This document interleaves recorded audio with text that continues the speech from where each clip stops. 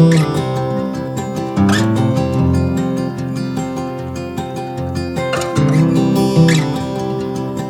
I want to actually dive into some of the real and raw with that, because I really believe, like, I'm not a crazy feminist or anything like that. I really believe like men have their purpose and their roles and we need both. Like, we each have our strengths, we each have our weaknesses, and together we balance each other out. I believe that in like marriage, I believe that in the work world, etc. You and I have had many conversations over the years where I'm like, it's literally because you're a girl. And I mean this in regards of like emotional distress you would feel over something, of like feeling so bad for someone or wanting to give someone another chance and another chance. And I would just think to myself, because I would think of my male bosses I had in the past, and I'm like, no, they'd be like, I've already given you 3 chances. You're done. Like, what do you want me to do here? I've already, like, men are like less emotional than us. So they're very good at the black and white. It's something Matt is very good at, like pulling me out of my emotional state or like my hysterical state, and being like, look at it for what it is. And this is how you move forward. Because I don't feel like it's you playing the like as a female owner card, but it's a very real thing. We have different feelings, for Yeah. sure. And you having such a heart for like how you did beauty school through high school, you've always had this desire to like help develop and Pay it take the forward. pay it forward and take the chance on someone who, like, the way your teacher took a chance on you, and then the way the last business owner took a chance on you. And it's almost to a fault, because you've been on the other side of like, you so believed in someone and they didn't believe in themselves enough, and they like lost the opportunity that came along with the chance that you provided. And I want to kind of touch upon maybe some of like the most hardest, I don't want to say heartbreaking because I don't mean to even lean into the emotional thing, but some things that go along with being a business owner that you might not realize when you're trying to cultivate this space of like, hey, we're all a team, we're all here to encourage each other. And when has that like gotten ugly, or really just been like, just did not play out the way that you thought, or maybe played out in such a way that you're like, oh my God, I didn't even know someone could abuse it this way? Again, I feel like it is definitely, something that there's been, like, multiple instances that have happened, so it's Through hard the to, like, pinpoint. Yes, and it's, again, kind of just, like I said, that learning how to, like, draw the line between friend and boss, but, like, still be friendly, and, like, the hardening, like, it's just kind of, it's what started out as, like, a tiny snowball and just kinda kept going because you learn as you go.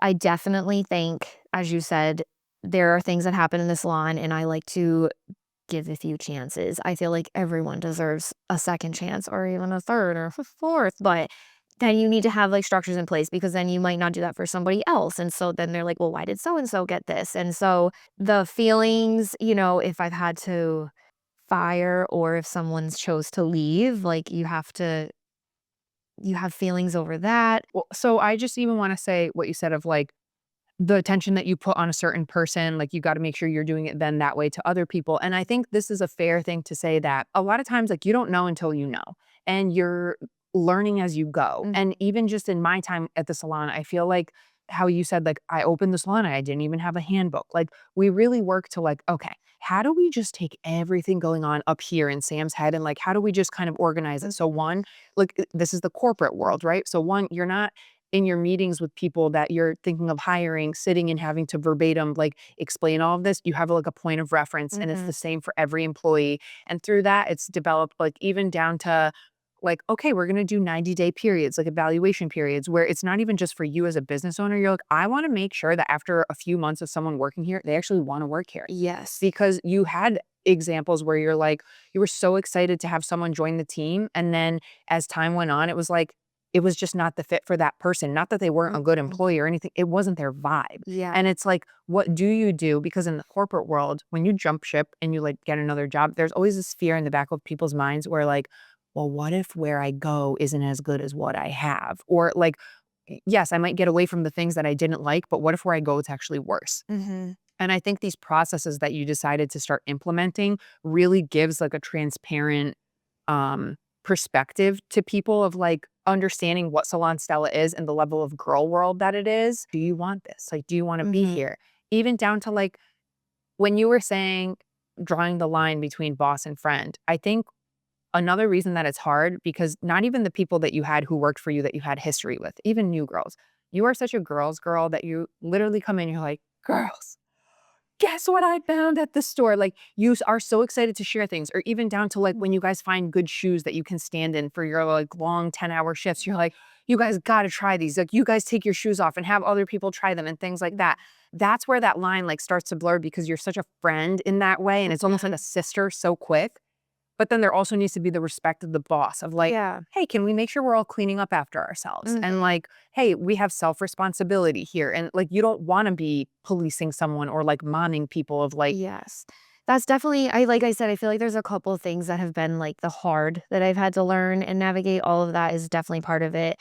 Uh one of the a couple of the biggest things is one, like you said, the 90-day trial thing. I had to come to big terms to like really understand like I'm not holding anybody here. I didn't make you apply. I am This is what I have to offer. So if you're not happy, like just come tell me. Like I feel like I've worked with people who like almost acted like that. Like I was forcing them to be here.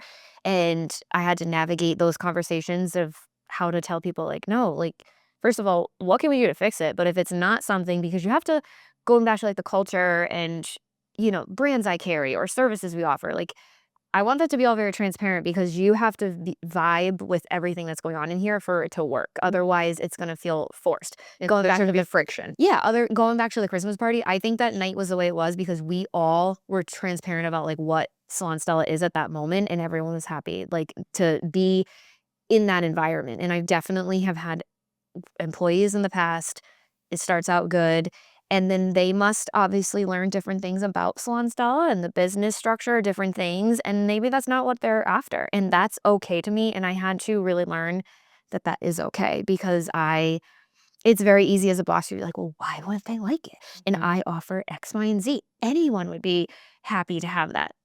No, like some people don't want that. And that's okay. And that statement, like, that's okay. I had to learn that. That was hard. I think it's to interrupt. Yeah. I think something else that's very real is just how you were saying, like, you were 25 and you got the business and you, in the first 5 years, like, met your husband, got married, had your first baby, you were doing 5 years of salon ownership. In very real time, oftentimes, whether someone is like just starting in this new career or they're like only have a few years under their belt, people like it is skills to learn how to like develop your working persona, your out of work persona, and even down to something I've always valued about you is you have like an open door policy. And some people can say they have an open door policy. You truly have an open door policy. Communicating comes naturally to me. So in the years with working with you, like for your business, you hear little things from the girls. And I just remember being like, well, did you talk to Sam about it? Like, because something that feels so natural to me, like, oh, okay, like, oh, I feel like I'm working too much, or oh, these hours are really hard, like I'm commuting too much or whatever. Like, well, did you talk about it? Do you want to adjust it? Because your response always is, okay, well, what can we do about it? Yeah. And I always feel like you should come to that conclusion because before you want to like jump ship, I feel like I was raised where it's like if this isn't working, you go talk and you come to a conclusion and you try that out. And it's not until you try A, B, C, and maybe even option D before you come to a conclusion or a different solution or something.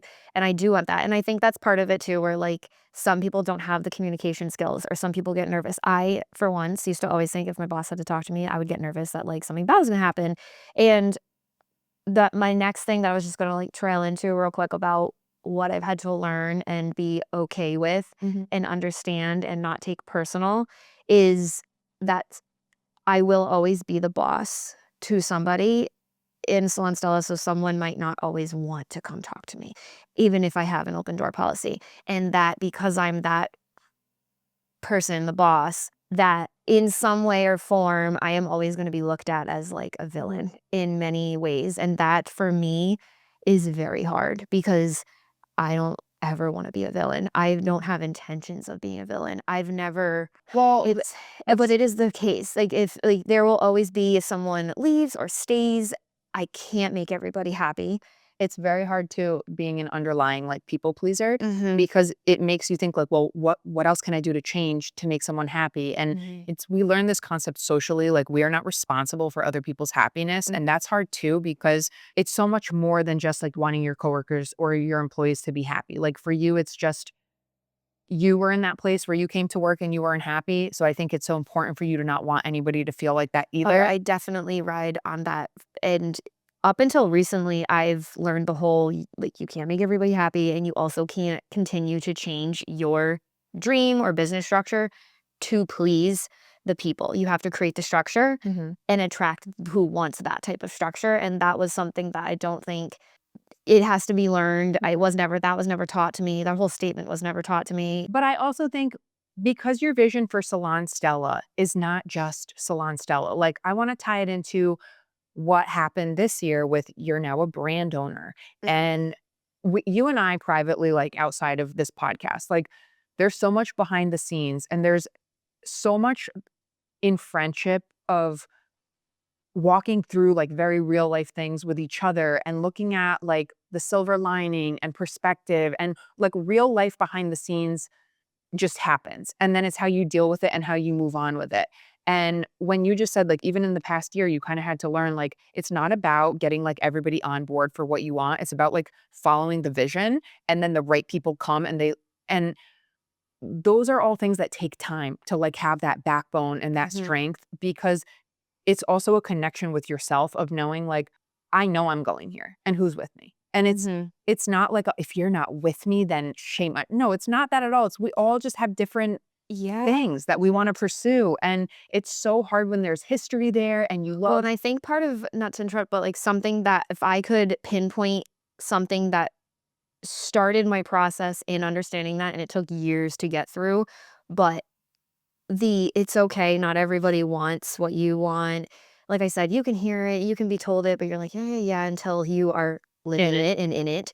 But one of the first moments that was like a huge realization was we had just celebrated 5 years, which to me was like my first big milestone, and I had a team where I felt like that celebration was just like the most recent one celebrating the 10-year party because everyone who was employed at that time seemed to be like very happy and everything, and I think that is the truth. Despite maybe people might have had other like, "Oh, maybe in 5 years I'll try this." I'm not saying people didn't have other dreams, aspirations, but where the feet were planted, there was like happiness there.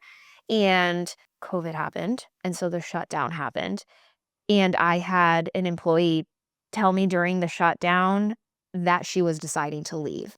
And she had just had a baby, and all of it is fine now looking back. But in that moment, I was like, how could this happen? Why could this be like, why would you ever want to leave? Like, or why are you going to go do that when you have this?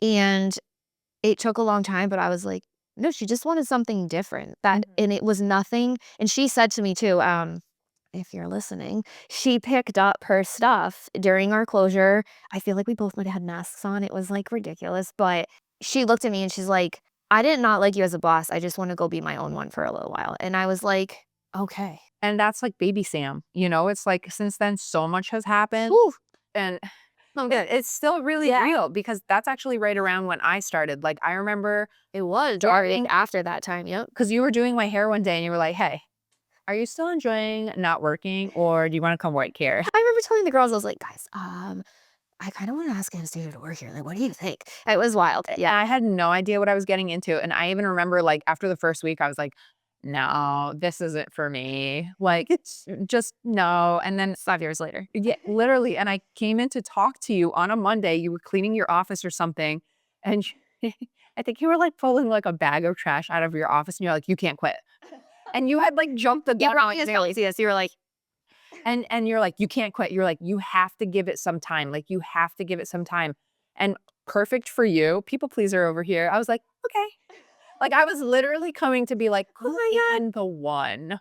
And then fast forward, like, it just You couldn't have pictured it any other way. and yes, and we're so quick to like we ride emotions a lot, and Mhm. when you ride your emotions, you are never gonna like let yourself figure stuff out and develop and grow and Mhm. refine yourself and become seasoned and things like that. Because there was so much I could provide in the beginning days of Salon Stella of my time there regarding like just transferring Mm. corporate skills Yeah, with yeah. structures, processes, etc., that help just make your life easier, the girls' lives easier. Yeah, because my handbook was ugly and you made it way better. it's like, okay, there's so many things. How do we like make this easier for people to understand and be a point of reference? Because in corporate, we have SOPs, there's summaries of procedures. It's how you train new people on anything. They're so technical and boring, Ugh. but it's just, I understand the idea behind it.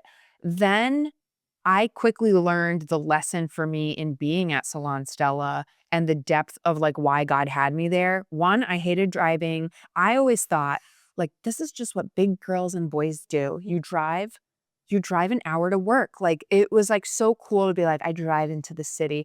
I freaking hated it. Ugh, I would never want to do that. It was an hour and 15 minutes each way with traffic. Ugh. Like Providence is like 40-ish minutes from here. There was no way around. You're spending so much time in traffic. You get to work, you have to punch in. You have to get there for like 7:30. You know me, I'm timely challenged. I was late every day. You That's literally so got true. punished for being late. Like it was crazy. And Mhm. by being late, it's by the time you take 3 flights of stairs, running up them with your Yeah. bag, and you parked and you ran across a whole parking lot. Oh, I get it. I had to punch in at JCPenney's and like the locker room was over here and then this was over here and then your lunch break started, but the lunchroom was over here. Yeah. Yeah, I'm punching in at 7:32 and my boss is pulling me aside asking why I was late again. I was like, Oh my God. "I hate it There's here." supposed to be like a 7-minute grace period or something. You know, I'm sure it's not Yeah. for people who abuse it, but, um, like, the salon is very close. It's under 10 minutes for me. But then the next thing was I was like Matt and I always had the dream of Costa Cabin, and the goal in starting to work at your business part-time was it was alleviating my schedule for half of the week that I could dive into what our dream has always been. Mhm. And, like, Matt worked a full-time job, so there was a lot of things that he couldn't do regarding Costa Cabin.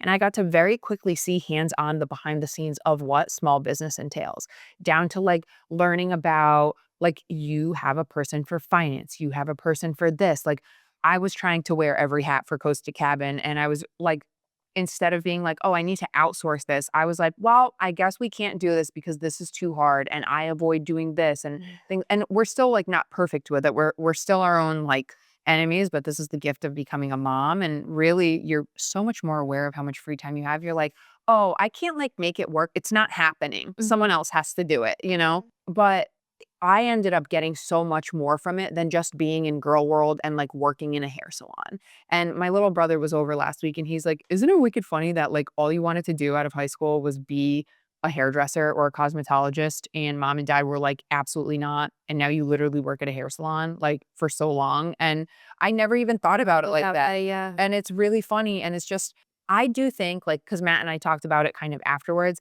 I think if I did go to cosmetology school, I don't know if it would have developed the entrepreneurial side of me. Like maybe because maybe I would have gotten like bored of like, is this just it? Because I'm always kind of chasing something else.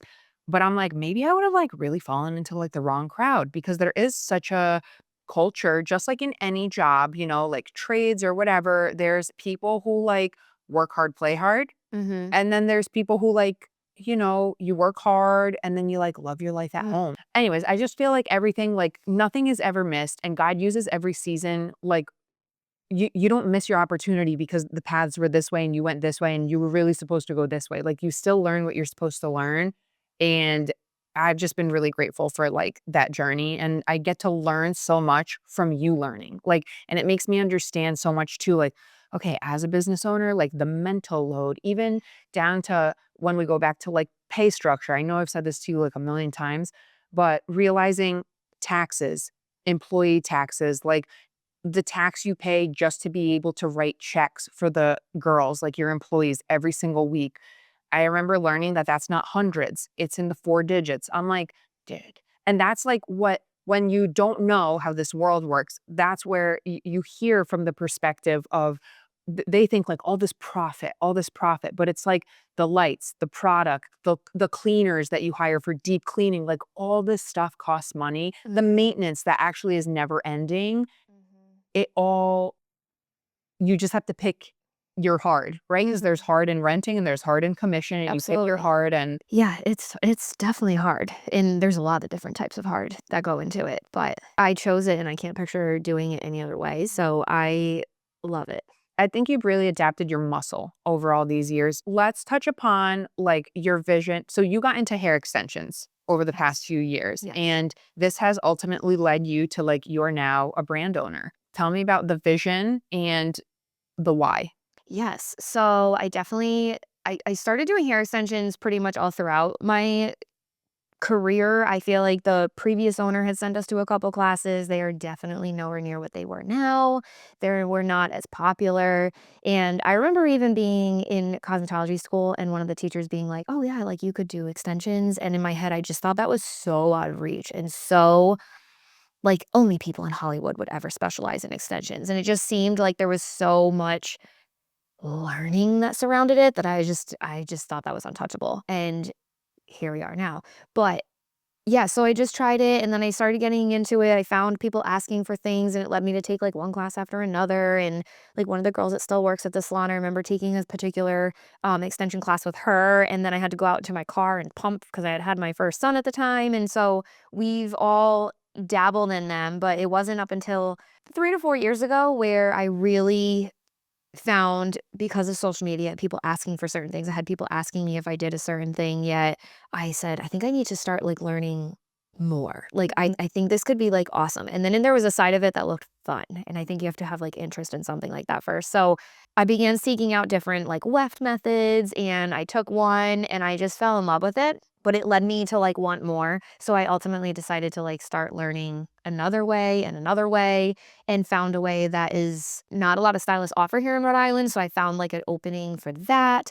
And going and navigating through those different classes just led me to like talk about it more and then catch more interest and then tell the girls about it. And I really then began to understand the offerings of more of a higher ticket sale and what it can do for your revenue behind the chair. And I'm on this part, strictly speaking, as a stylist too, not even a salon owner. Like just me working behind the chair, you're kind of you need to do a lot of $15 haircuts to like get to one place, or you can do a couple extension installs. Basically, that was like my like thought process on it. And it really just led me to kind of teach the girls like, hey, like if you want to offer this, like I'll help you get there, or this is what I'm doing. I was very open about it. I had one girl say to me one day, she's like, you did like 2 people and I did like 8. And I still think you had like a better day than me. And it was in just like honest conversation of just like a lot of hairstylists don't like to accept whether no matter what pay structure they're in, they could rent a suite, a space, a chair, or get paid hourly or commission. There is such a sales aspect to it, and we have no ceiling. Like we can just that's one thing I love about it. Like we're in no matter how you're getting paid to do the service, you still have like this micro business behind the chair that you get to kind of determine and run. And so we would just talk about that. I'm like, how do you want your days to look behind the chair? So I slowly have been like expanding and teaching the stylist about that and just seeing the offerings. And I just started posting about it more on social media and I saw such a demand.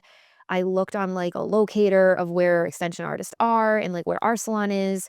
And even as far into like Mystic, Connecticut and up north in Rhode Island. And I just said to myself, I think I have something here that is very unique. Mhm. Let's see where this goes. How many times though do you hear people who do something huge, they're like, I saw a void, like I saw a need and I decided to fill it. Yeah. And I I think you did that. I absolutely like really think I did. And I'm still trying to do in a way too, because it's labeled as a luxury service or not. Everybody needs extensions, although a lot of people could use them in different ways, but they're so versatile. And so many people have the stigma that it only means like mermaid hair. And that's not the case either. And I really have tried to explain to the girls that a lot of us as hairdressers are like, why'd you become a hairdresser? People are like, I like to make people feel good. No, that statement I feel like is so like surface until you literally put hair on a woman's head that physically can't grow it. Like that is something that is so raw and in the moment. And when you curl her hair and turn her chair around, no matter what she put on her head or some hair pill or whatever, some people just don't have that much hair per square inch on their head and they never will because and to give them that gift, Mhm.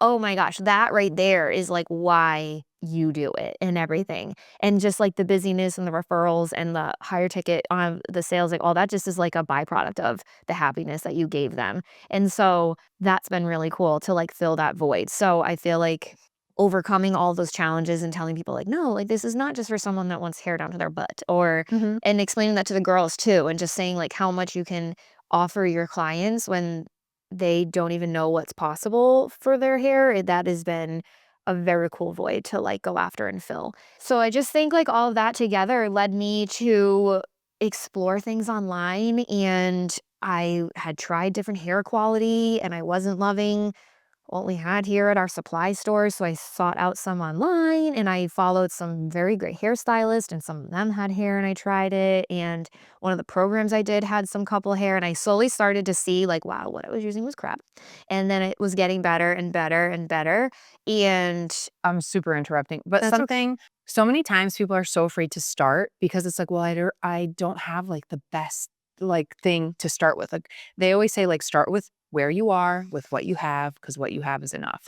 You didn't let, and you didn't even know back then that using the products that were available through like the salon distributors, like you still gave yourself permission to start. You didn't know it mhm. maybe wasn't the best, but you like tried it, believed in it, you're like, all right, this is what we're working with. And once you let yourself like creatively explore that more and educate yourself about it even more, you were like, I want the best. Like, Yes, and I think that's all in all with, like, telling the girls, what's possible for them behind the chair, and it goes back to my little 17-year-old self wanting to be like, "Oh, if I wanna apply there, I heard that they do this here, I heard they do really well, or I hear this." Like, that the me tipping my toes in the extension world was almost starting to allow that to, like, be true too, because I wanted to only offer, like, the best for that category. It's like me picking a hair color line, like, does it not contain certain chemical, like, I only want to offer, as most people wanna offer, the best, but I really started to dive deep into, like, what the best was or what the best meant mhm. in this area, and I feel like if you're gonna offer a service like this caliber, then it needs to go hand in hand with, like, the best. Otherwise, it's just someone that, like, took a class and is doing something to me. When you said you were 17 and you just had this vision for what you wanted the salon to be and how you wanted people to feel about like hearing about it and working there, I can like truly attest to like one of our yearly meetings that we had. I remember you started like doing a shift in your schedule and in like how you were booking people and services and et cetera, because there's so much in the salon world. Like this is even beyond now we're diving into stylist versus Mhm. like entrepreneurship, but there's a lot of history with a lot of clients who like came up with you. And something that you were really passionate about is not having stylists feel stuck in a certain income bracket of like, well, this is as good as it's ever going to get for me. And I'm going to be a stylist for 20 years and I'm only going to bring home 30K or 40K and like forget about savings or whatever. And you were like, determined to find out how to make that not the truth. And you've always wanted to offer different things of like paid vacation, like Mhm. things that other places just don't offer to show value. But I remember one time, and so much comes along with this, you are showing people so much more than just telling them. Like you write things out, you break things down to try to help people with all different type of learning backgrounds to see what you Mhm. mean. And I remember you doing the breakdown to show the girls how they could make six What figures. what to make a year, yeah. And, like, I remember you and I talking afterwards, and you're like, "That lit me up getting to look in the room and, like, see the girls and, like, seeing the light bulbs go off." You're Oh, like, yeah. "Oh, wait, what? Like, that's possible for me?" That was, like, a cool moment for me too, is I feel like I really did teach them something. It wasn't just, like, a very surface thing. I The light bulbs were going off, and that was cool. It was cool to watch. So this ties into how you said you want the extension, like, brand to be, like, the best. You want the best for your stylist. You took over the past 2, 3 years, maybe you really honed in on specializing in extensions, and take us through, like, for maybe other stylists who are listening, what was that journey like for Sam as, like, not wanting to let like, your book was overfilled, you Mhm. had more people than you could actually help. So I remember you were working like 5, 6 day weeks. You came into work one day, literally like leaned up against the wall and slid Right, all the yeah. way down. And you're like, I can't keep working like this. It's affecting my life. If it was like affecting home life, it was you were so close to burnt out. Mhm. And it was, yes, that was right in the height of like 2020 and change. And it was so hard to hire people and things like that. And it's like, I think everyone ran around like a chicken with their head cut off for a couple Mhm. years. But you, in your guys' field, I feel like whenever I ask questions, they end up being so freaking long. But in your guys' field, if you ever want to make a change in your schedule, you have to proactively think like 6 months. You don't Absolutely. get to just make a change. No. Yeah, so when I first started taking the classes, it was just like, okay, I'll take it and I'll practice. And then I'll like try and promote myself to get like 1 or 2 clients. And that is kind of how it started. I would get this one. I remember the first time someone called and asked for the service, I was like, heck yeah, I do that. And I was nervous as all heck to do it. And it took me forever, but I had to start. And that was something that I'm really passionate about now when I teach my own extension classes to a stylist. I say to them that something I discovered was when you say you offer extensions, the client automatically thinks that you are an expert in it.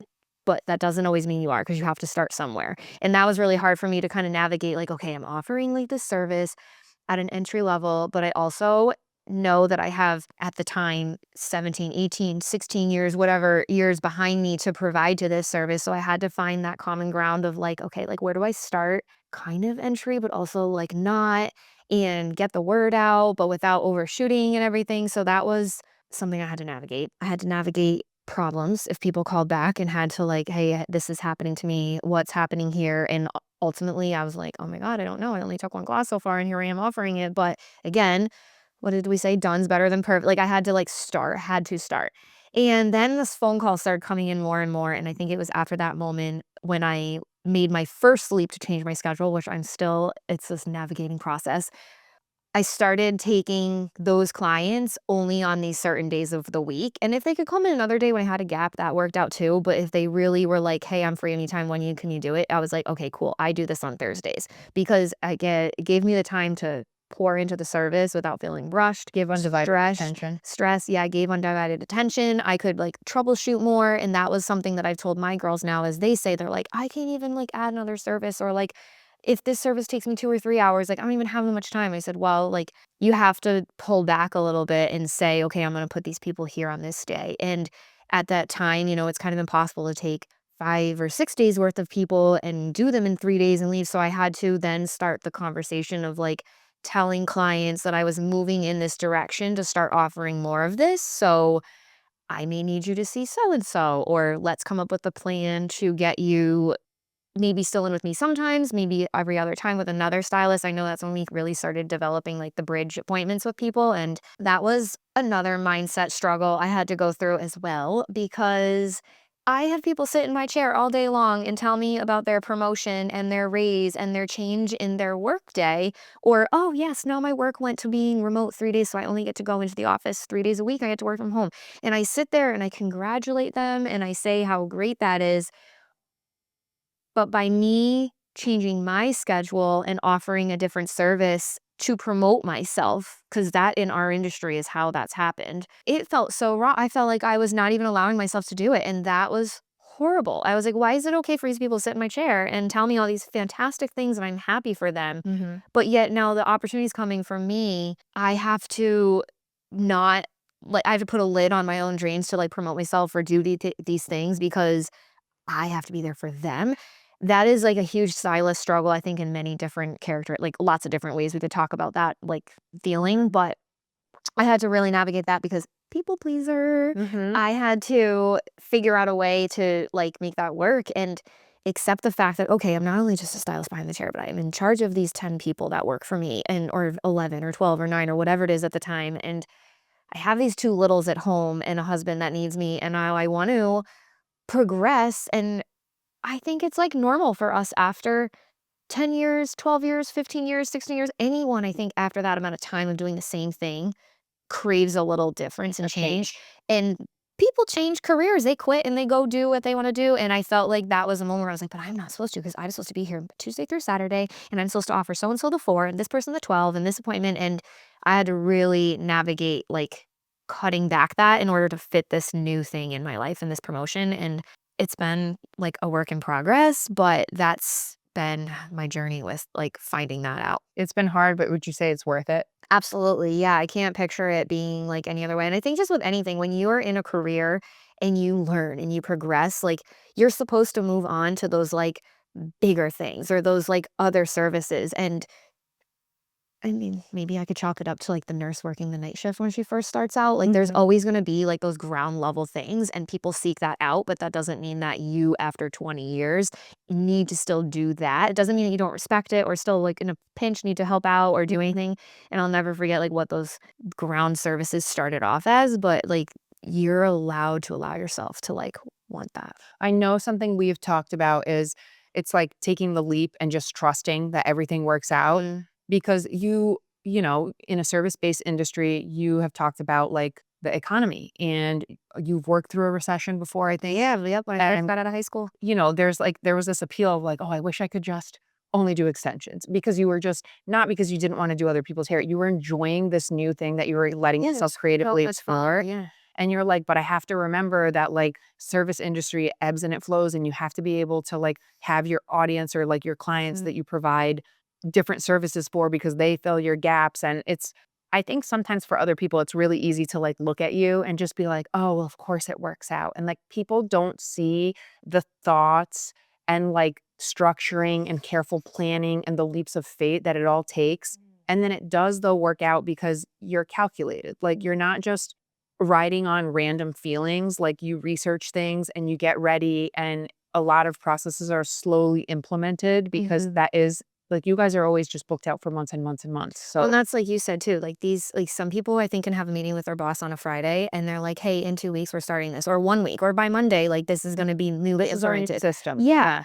And with us, it's not like that because if you're booked out 4, 6, 8, 10, 12 weeks, like you can't just call all of those people and disrupt their lives that maybe they did actually work around for that appointment, but now you're going to work around another change. So you're like, you're planning this out months in advance to implement. And so you block off the days for what you want to do for your schedule. But, and then there's a little bit of stress because you're like, okay, like mentally, I'm ready for this now, but I have to wait 3 more months or I have to wait 8 more weeks or whatever it may be. And then the other leap of faith that you're talking about is so true because I have girls come to me and they're just like, well, what if I like mark off that day to only take that service? But then like I go a couple weeks, like I just could take like so many people and like do it. I'm like, no, you can. You obviously can. That's the comfort of it. And like when I started taking extensions on just Thursday, yeah, I could have just continued to keep booking myself and like hoped that people would book them and then take other people on the side. But I had to truly leave that day open where, like, yes, there were some Thursdays where if I only had one extension person, yes, I could have taken 4 highlights and made triple the money.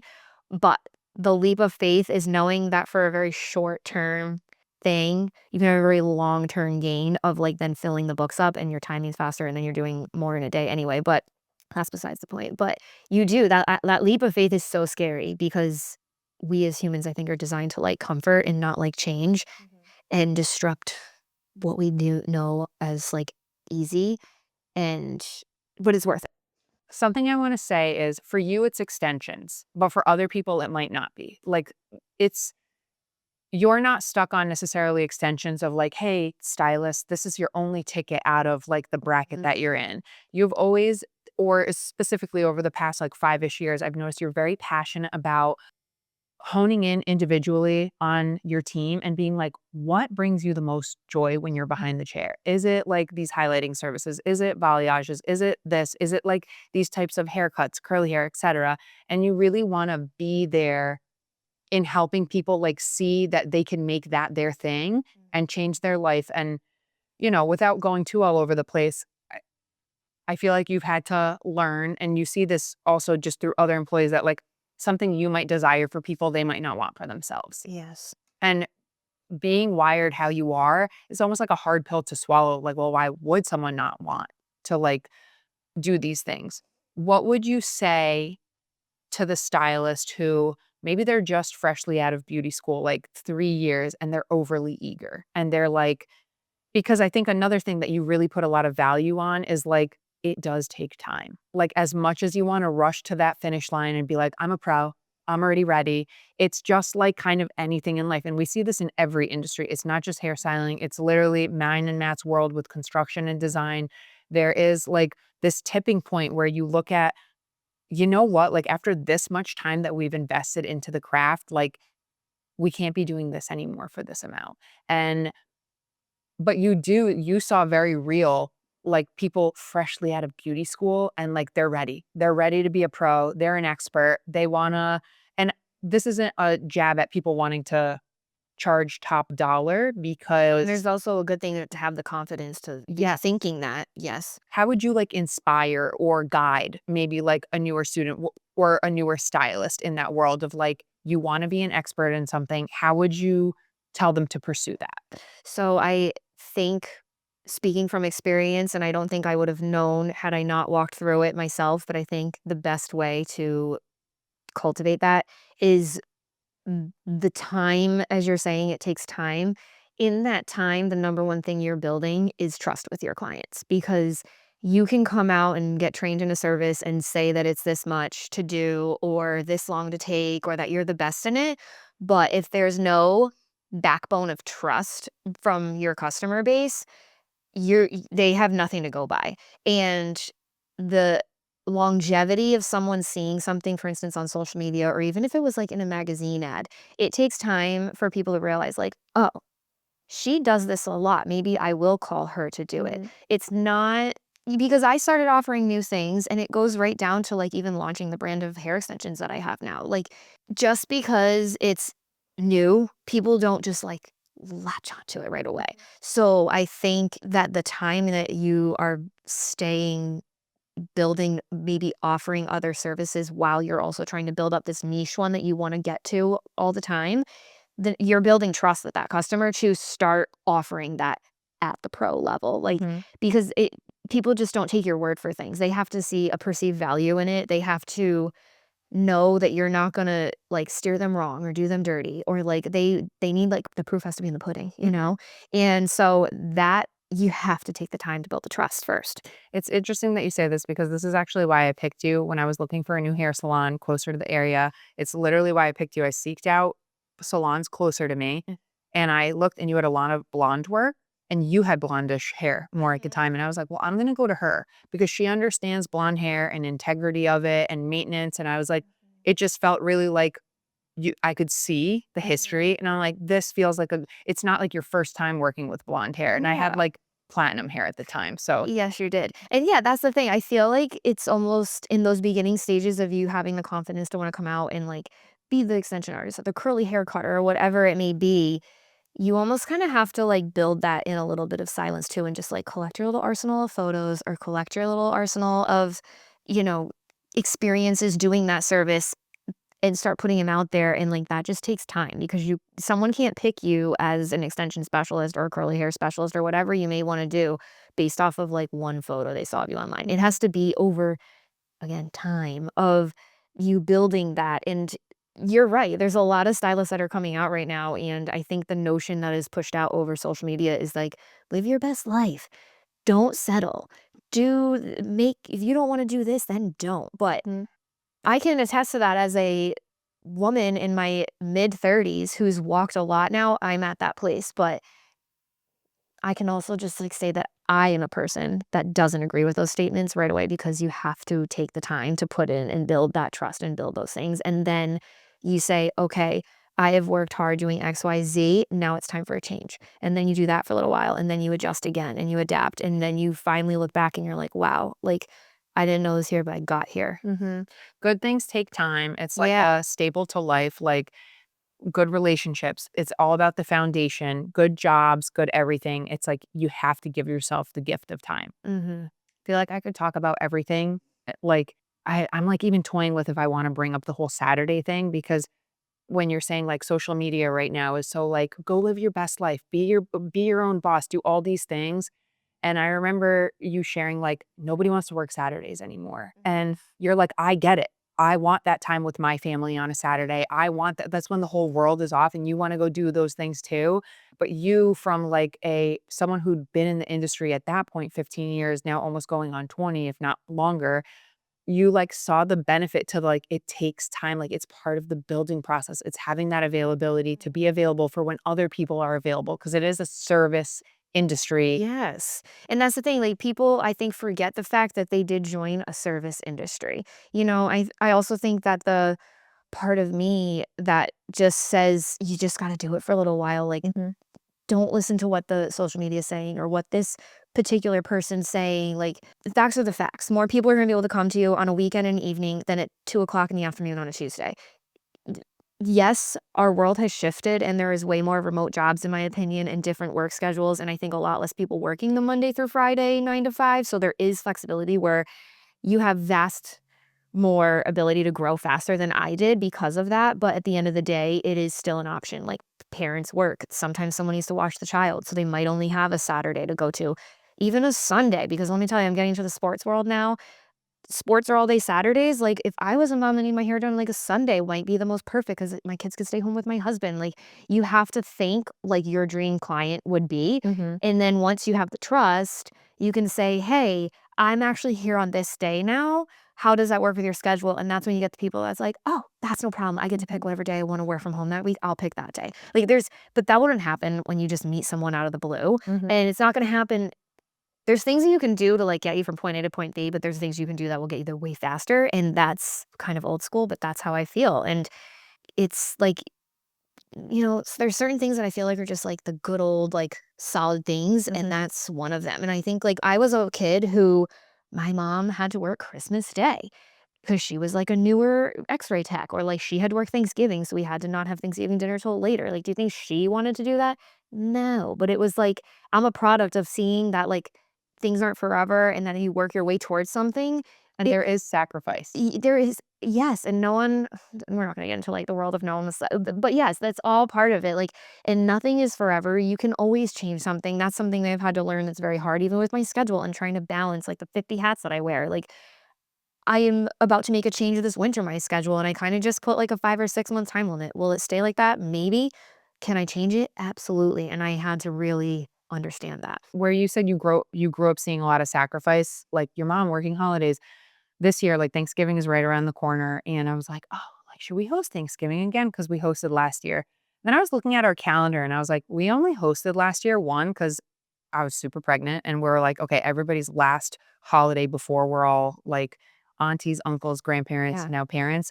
But I'm like, this is actually the first time Matt started his paternity leave the day before. It was the first time in 13 years he had Thanksgiving off.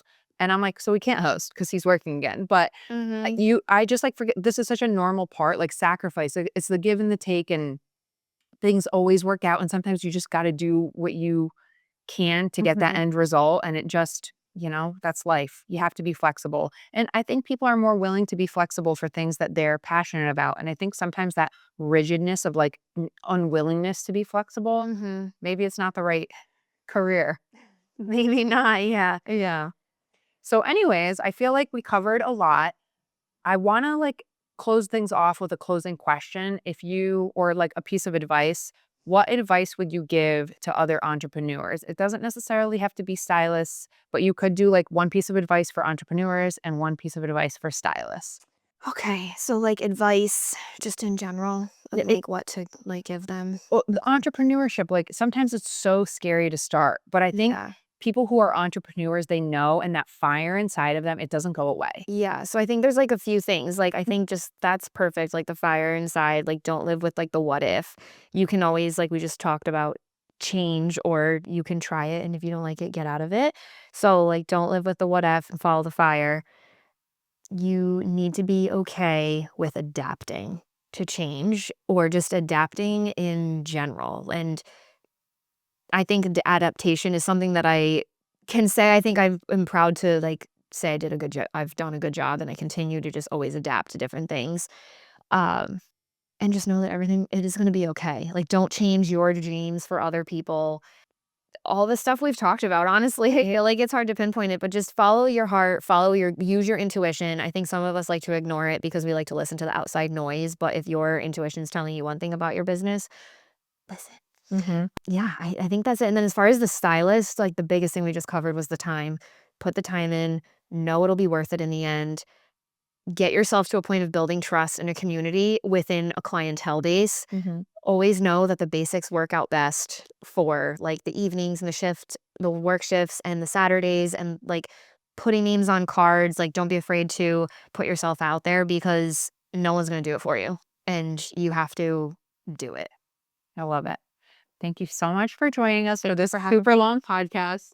It's 2 hours, so probably Longest podcast ever. yeah, but last time I did a 2-hour podcast, I did a part 1 and a part 2. Oh, so come back for part 2. No, who knows? Yeah, see how far I get with editing, how long Magnolia will let me dictate it. Yes. But thank you so much for joining us. My tears and all. Yes, and as things continue, like, I would love to have you back to, like, Of course. when Salon Stella is, like, new levels, new devils, doing all the great things, just to continue, like, the entrepreneurship journey and inspiration. Maybe I'll have started my book by then. Yeah. So thank you so much. Thank you. Bye.